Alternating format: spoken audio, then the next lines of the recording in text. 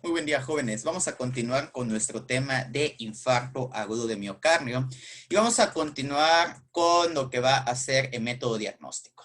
Es sumamente importante que todo el personal de salud esté familiarizado con saber interpretar los datos objetivos que nos apuntan a que el paciente está sufriendo un infarto agudo de miocardio con elevación del segmento ST, para que de esta manera se pueda implementar de la manera más rápida posible en tratamiento y limitar e incluso llegar a revertir, si es que en tiempo nos lo permite, el daño que está causando en la isquemia.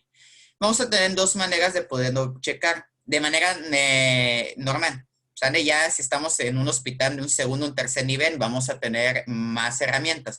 Pero al menos en un hospital de primer nivel de atención, lo podemos hacer a través de un electrocardiograma. Si tenemos suerte, podremos contar con estudios bioquímicos. En un electrocardiograma, vamos a tener que las manifestaciones electrocardiográficas van a ser directamente proporcionales al tiempo que esté pasando después de la oclusión total. De tal manera que al inicio del evento agudo vamos a tener una elevación de lo que va a ser en segmento ST, que va a ser el resultado de una isquemia hiperaguda. ¿Sale? Vamos a tener horas después de que se instauró que se va a ver, además de la elevación en segmento ST, ahora vamos a ver la aparición de una onda R más deprimida y vamos a ver una onda Q que antes no estaba acá, que ya va a notarse con una amplitud mayor al 25% de todo en QRS, ¿sale? O bien que va a durar más de 0.04 segundos. Y cuando ya pasan más días, se va a agregar que ahora nuestra onda T se va a invertir. Además que la onda Q se va a hacer cada vez más profunda. A medida que van pasando los días, la onda T invertida puede llegar a persistir y va a ser hasta semanas que puede llegar a restaurarse casi a su normalidad, aunque las ondas Q que van a estar más pronunciadas pueden llegar a persistir.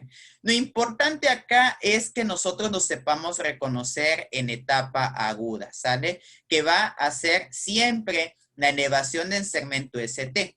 Las derivadas en las cuales nosotros observemos la elevación de dicho segmento nos van a ayudar a poder entender cuáles fueron las partes de la pared cardíaca que se vieron comprometidas, si fue en ventrículo izquierdo, si fue en derecho, si fue en septo, si fue en la cara lateral, si fue en la cara anterolateral, en la cara inferior, etc. ¿Sale? Ahora, también nosotros podemos recurrir a estudios bioquímicos para que nos auxilien en verificar el tratamiento de en diagnóstico de un paciente. ¿Sale? Vamos a tener tres marcadores de isquemia aguda cardíaca. En primero, los voy a decir en orden de aparición, no en orden de utilidad clínica. El primero que se eleva va a ser la mioglobina.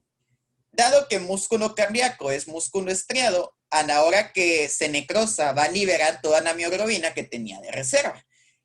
Y esta mioglobina va a empezar a notarse en la sangre a las 2 horas después del evento isquémico e incluso va a tener un pico a las 8 horas, pero va a desaparecer en 24 horas. El problema que tiene la mioglobina es que es inespecífica. Nosotros podemos encontrar mioglobina incluso en un paciente politraumatizado, por lo mismo de que el impacto puede hacer que se dañen algunas fibras musculares y de igual manera vamos a encontrar mioglobina. Así que la mioglobina no nos va a servir mucho, aunque sí sea en la enzima cardíaca que se eleva al principio. Ahora, la segunda en elevarse y que sí es la específica de miocardio va a ser la troponina I. La troponina se va a elevar a las 3 o 4 horas del evento isquémico y va a permanecer elevada hasta por 2 semanas. Y va a ser la de elección para que nosotros podamos verificar si en pacientes está infartando o no. Y ya por último, vamos a tener a la creatinina quinasa, la cual se va a elevar hasta las 8 horas después del evento isquémico, pero que va a ser que tendrá su pico a las 24 horas, ¿vale? Y va a desaparecer un poquito antes que la troponina I. Por lo tanto, la troponina I será nuestro principal indicador. Y los dos que mencioné van a ser como que unos coadyuvantes, ¿sale? ¿Significa esto que tengo que esperar al resultado de la troponina para darle tratamiento a un paciente con IAM? Por supuesto que no. ¿Sale? Muchas veces ese estudio bioquímico únicamente nos sirve para confirmar el evento isquémico una vez que ya se le dio tratamiento. ¿Sale? Es como que para decir, lo manejamos como que si tuviera un infarto, pero veamos si sí tenía o si no tenía. Bajo ninguna circunstancia nos podemos quedar cruzados de brazos simplemente porque no tenemos este resultado. Si se dan cuenta, la troponina ahí se eleva hasta las 3 horas. Pasadas las 3 horas, el miocardio ya se murió. ¿Saben? La parte que quedó bloqueada o ocluida, ese territorio de miocardio, ya no podemos hacer nada por él. Entonces, esa no es la intención.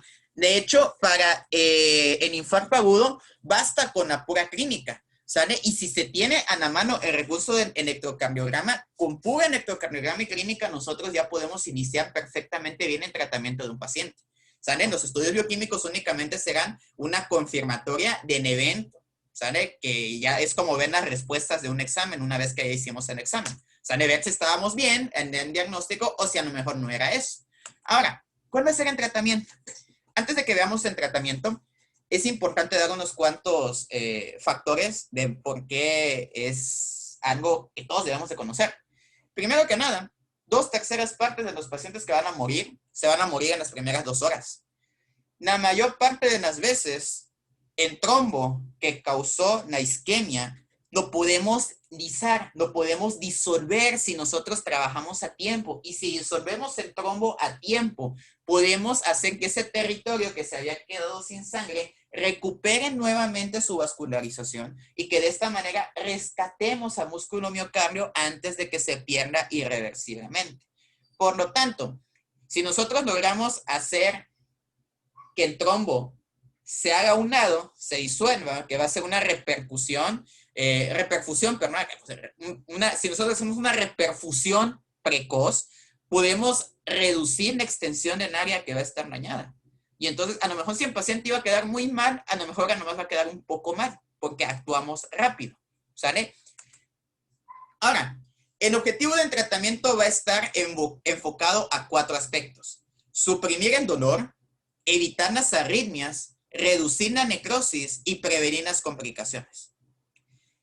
El principal problema del infarto agudo de miocardio es que en la primera hora después de que se instauró el evento isquémico es la hora más valiosa y lamentablemente esa hora es la que más se pierde, en lo que la familia logra llamar a la ambulancia, en lo que llegan a recogerlo, en lo que lo trasladan. Muchos pacientes cuando llegan al centro hospitalario ya habrán pasado más de 1 hora después del evento y por lo tanto el pronóstico ya no puede ser tan bueno dentro de lo que cabe. Ahora, en la primera hora será también cuando ocurran el 80% de los fallecimientos. Y de todos estos fallecimientos, la causa principal de esta mortalidad precoz va a ser una fibrilación ventricular. Una fibrilación ventricular va a ser un tipo de arritmia el cual es perfectamente tratable a través de un desfibrilador. Hay algunos países, por ejemplo en España, que tienen desfibriladores en las esquinas de las calles más transitadas, en los semáforos, precisamente para que no sea necesario trasladar al paciente al hospital, sino que si se está muriendo en ese momento, no tanto por el infarto, sino por la fibrilación ventricular de complicación, alguien que recibió una capacitación haga el proceso de desfibrilación y que el paciente de esta manera recupere su ritmo cardíaco normal y se salve de la muerte. Ahora, llega el paciente a hospitalización. Llega con encuadro clínico instaurado. Lo primero que vamos a hacer es, órale, electrocardiograma y checar los signos vitales, principalmente frecuencia cardíaca y presión arterial. No por nada se llaman signos vitales.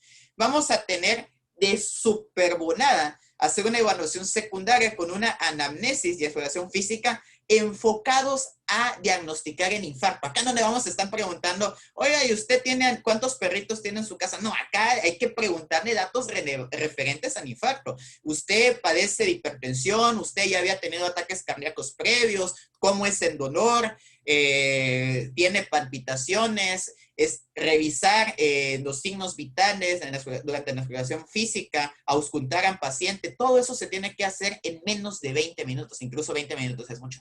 ¿Vale? Se debe de hacer lo más rápido posible. Y paralelamente a esto, se deberá de estar colocando ya las vías de acceso venoso y de una vez que se están tomando las vías, se toman las muestras para los distintos estudios de laboratorio. Obviamente, como es un paciente con sospecha de infarto, acá es donde vamos a tomar la muestra para pedir nuestros marcadores de necrosis, que son nuestras enzimas cardíacas que acabamos de ver, la troponina I y la fosfocreatina quinasa, ¿sale? La creatina quinasa, perdón. Ahora bien, hay algunos eventos isquémicos sin elevación del ST que pueden causar un cuadro clínico bastante parecido al de un infarto, como por ejemplo una angina inestable. Se recomienda que en lo que le están tomando en el electrocardiograma al paciente, se le administre un comprimido de nitroglicerina sublingual. La nitroglicerina sublingual crea una vasodilatación de las arterias coronarias, de tal manera que si nuestro paciente, y acá vamos a dibujar un poquito para que esto se entienda, de tal manera que si, por ejemplo, nuestro paciente lo que tenía era una obstrucción transitoria, por ejemplo, a lo mejor acá tenía la arteria, su coronaria, y a lo mejor por una vasoconstricción su placota de ateroma ahora sí lo estaba tapando, pero ahora a la hora que le damos la nitroglicerina, como es un vasodilatador, la arteria se va a dilatar, ahora sí ya puede pasar perfectamente mejor la sangre. Entonces, si se trataba, causaría un evento sin elevación del ST, ¿sale? ¿Por qué? Porque aunque sea poquito, pero sigue circulando la sangre. Y si le damos la nitroglicerina sublingual, en teoría, en pocos minutos, la sintomatología va a revertirse. Ahora, si es un infarto de a de veras, aunque nosotros le demos nitroglicerina sublingual, no va a causar ninguna modificación al estado del paciente. ¿Sale? Entonces, vale la pena hacer el intento. Ahora, lo siguiente que vamos a hacer será administrar oxígeno a nuestro paciente mientras tenga el dolor. Recordemos que este paciente va a estar teniendo una falta de oxígeno precisamente porque no se está bombeando suficiente sangre por el daño que ya tiene el miocardio. Así que vamos a ayudar a compensar esa falta de oxígeno con la sangre bombeada, administrando oxígeno al paciente, de preferencia en puntas nasales, y lo vamos a recostar y lo vamos a llevar a un área de choque. Es importante que nosotros manejemos el dolor. El dolor de un infarto es uno de los dolores más intensos que puede haber. Y el propio dolor en sí mismo puede estar causando una mayor demanda energética y por lo tanto empeorar la inestabilidad hemodinámica que tiene el paciente. Para poder manejar el dolor vamos a usar morfina u opiáceos. ¿Sale? Es importante que ustedes sepan que el uso de los antiinflamatorios no esteroideos está totalmente contraindicado porque pueden llegar a tener un efecto protrombótico que puede ocasionar un reinfarto e incluso la muerte del paciente ahí mismo. Por lo tanto, se va a preferir usar morfina o bien opiáceos, vuelvo a insistir, como por ejemplo cloruro mórfico de 2 a 4 miligramos intravenoso, se puede repetir de cada 5 a cada 15 minutos sin que nos pasemos de 15 miligramos. Obviamente aquí estamos hablando de un paciente adulto, ¿sale? Si lo que tenemos es un paciente que tiene una bradicardia, es decir, tiene una frecuencia cardíaca por debajo de 60 latidos por minuto, en vez de usar opiáceos o morfina que nos puede empeorar la bradicardia, podemos usar meperidina a dosis de 20 a 30 miligramos e igualmente repetir en tiempo que sea necesario. Ahora, lo siguiente que vamos a hacer de volada será reperfusión. La estrategia de reperfusión va a ir dependiendo de dos cosas. En tiempo que lleve el paciente con el evento isquémico y de recurso con el que cuente nuestra unidad hospitalaria. Si el paciente tuvo la suerte de que le quedaba un hospital de tercer nivel con acceso a cateterismo a la vuelta de su casa y que llegó, va a tener muchas posibilidades de librarla. Sin embargo, si llegó a una unidad rural que a duras penas y cuenta con un electrocardiograma, con una máquina de electro, entonces lo vamos a tener un poquito más complicado. Independientemente de la estrategia que usemos de repercusión, a los pacientes que lleguen con datos de infarto, les vamos a dar ácido acetilsalicílico, en cual es un antiagregante plaquetario. Se lo vamos a dar a dosis de 180 a 325 miligramos, lo que equivaldría a 2 pastillas de aspirina Proter. Y si es posible, también le podemos dar una dosis de clopidogrel, una pastilla. Ahora, si nuestro paciente tiene menos de 60 minutos desde que inició con el dolor hasta que llegó a nuestras manos, y no contamos con unidad de cateterismo en ese momento, o al menos la están preparando, todavía no están a mano y va a tardar un poquito más de tiempo en estar disponible, podemos hacer una fibrinólisis. La fibrinólisis va a consistir en la aplicación de fármacos que pueden ayudar a disolver el trombo que esté ocasionando la obstrucción.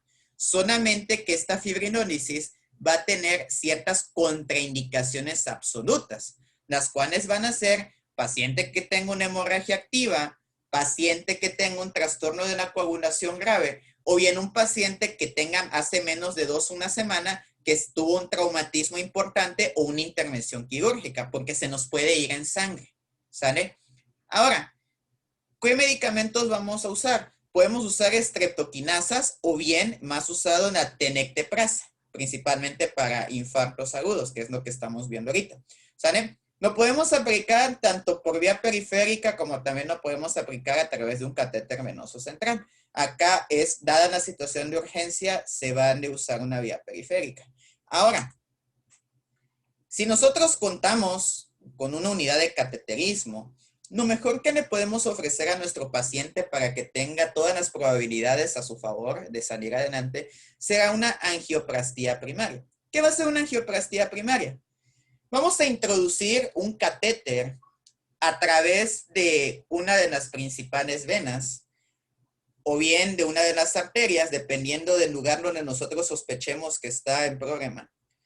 Y vamos a introducirlo hasta que finalmente llegue a la arteria coronaria que está dañada. Acá vamos a tener en catéter. En catéter obviamente va a perforar la placa en trombo junto con la placa de ateroma, que es lo que causó una obstrucción. Ahora, lo siguiente es que este catéter contiene un globito. Este globito se va a inflar a la hora que está adentro de una arteria coronaria que está obstruida, y una vez que se infla, apachurra la placa de ateroma contra la pared y despeja en camino, así como lo podemos ver en la imagen, y ya posteriormente se retira en catéter, ¿sale? Este tratamiento se conoce como angioplastía primaria y es el tratamiento de elección en los pacientes que tienen YAM con elevación en ST, ¿sale? Y entre más pronto se realice, muchísimo mejor le va al paciente. Ahora, ¿qué pasa si no lo podemos hacer antes de las 2 horas? Hay que intentarlo de todos modos, sobre todo si el paciente está teniendo datos de inestabilidad hemodinámica, o también podemos nosotros tener en caso que hayamos intentado hacer la fibrinólisis al principio, pero que a la hora que la hicimos no tuvo éxito, que no es tan raro. De hecho, la fibrinólisis no tiene mucha tasa de éxito. Y una vez que nosotros tenemos que la fibrinólisis no funcionó, ya podemos hacer ahora una angioplastía, aunque sea más diferida, y es acá donde le conocemos como angioplastía de rescate. Ahora, este va a ser el resumen del tratamiento de los síndromes isquémicos coronarios que acabamos de ver. ¿Sale? Si se dan cuenta, acá vamos a tener los que no tienen elevación de NST y el que tiene elevación de NST. ¿Sale? Ahora, ¿cuáles van a ser los cuidados generales del paciente una vez que nosotros ya hicimos la repercusión?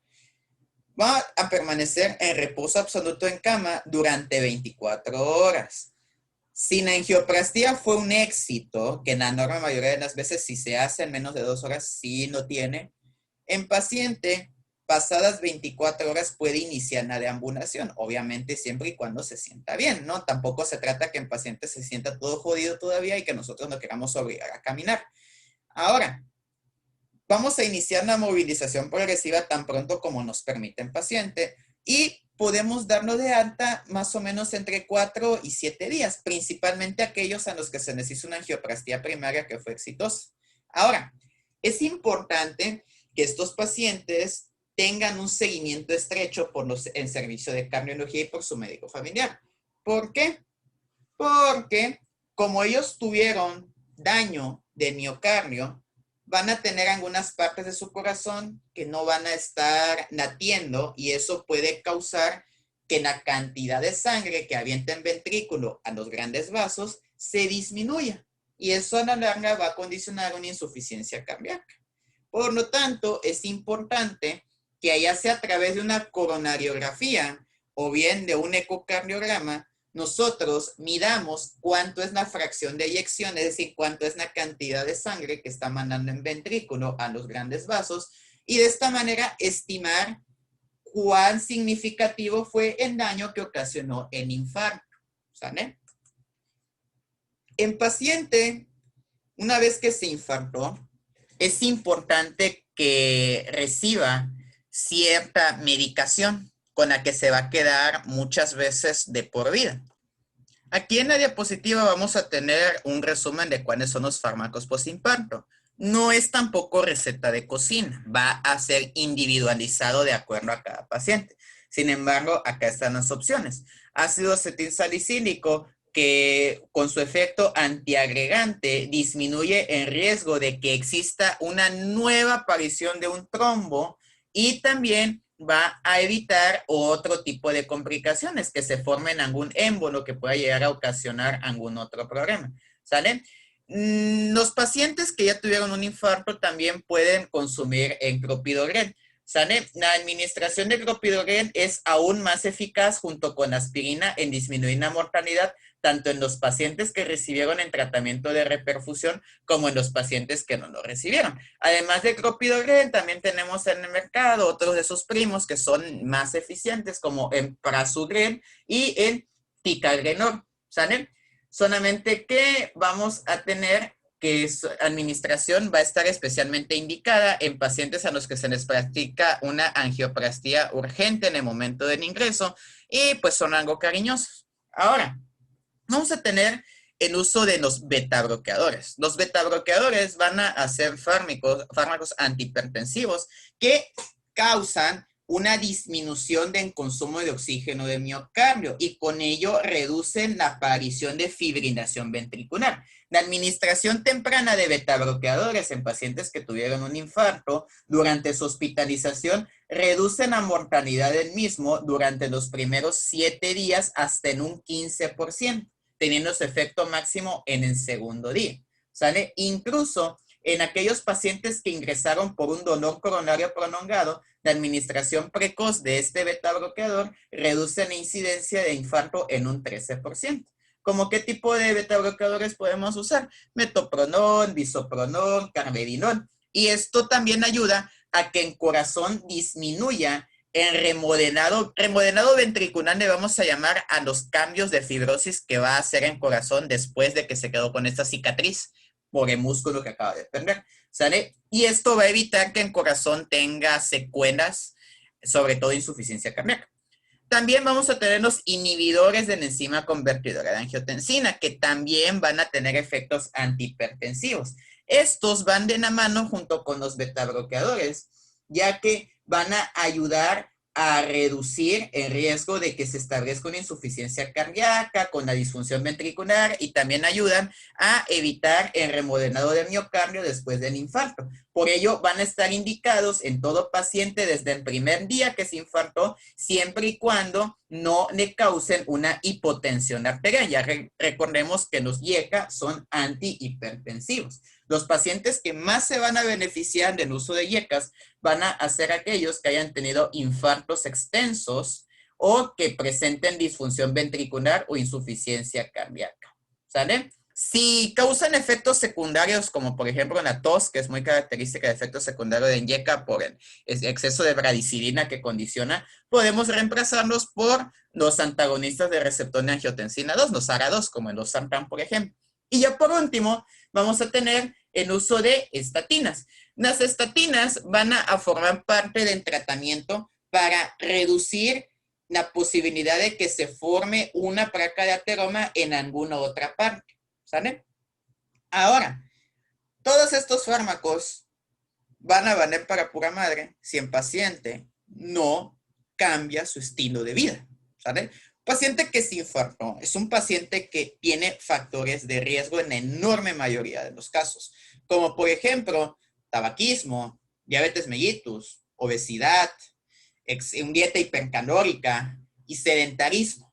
Entonces, es sumamente importante que en paciente que tuvo un infarto, poco a poco vaya haciendo rutinas de rehabilitación para que recuperen la condición y cada vez vaya mejorando y que establezca una rutina de ejercicio, una dieta y que aleje todos esos estilos de vida nocivos, como por ejemplo el tabaquismo, ¿sale? Ya que todo esto va a ayudar mucho más que los fármacos para mejorar la calidad de vida y evitar una posible segundo evento isquémico, ¿sale? Y bueno, chicos, de esta manera hemos llegado al final de nuestro video de infarto agudo de miocardio. Espero que les haya gustado, que me hayan entendido y nos vemos en el siguiente. Hasta la próxima.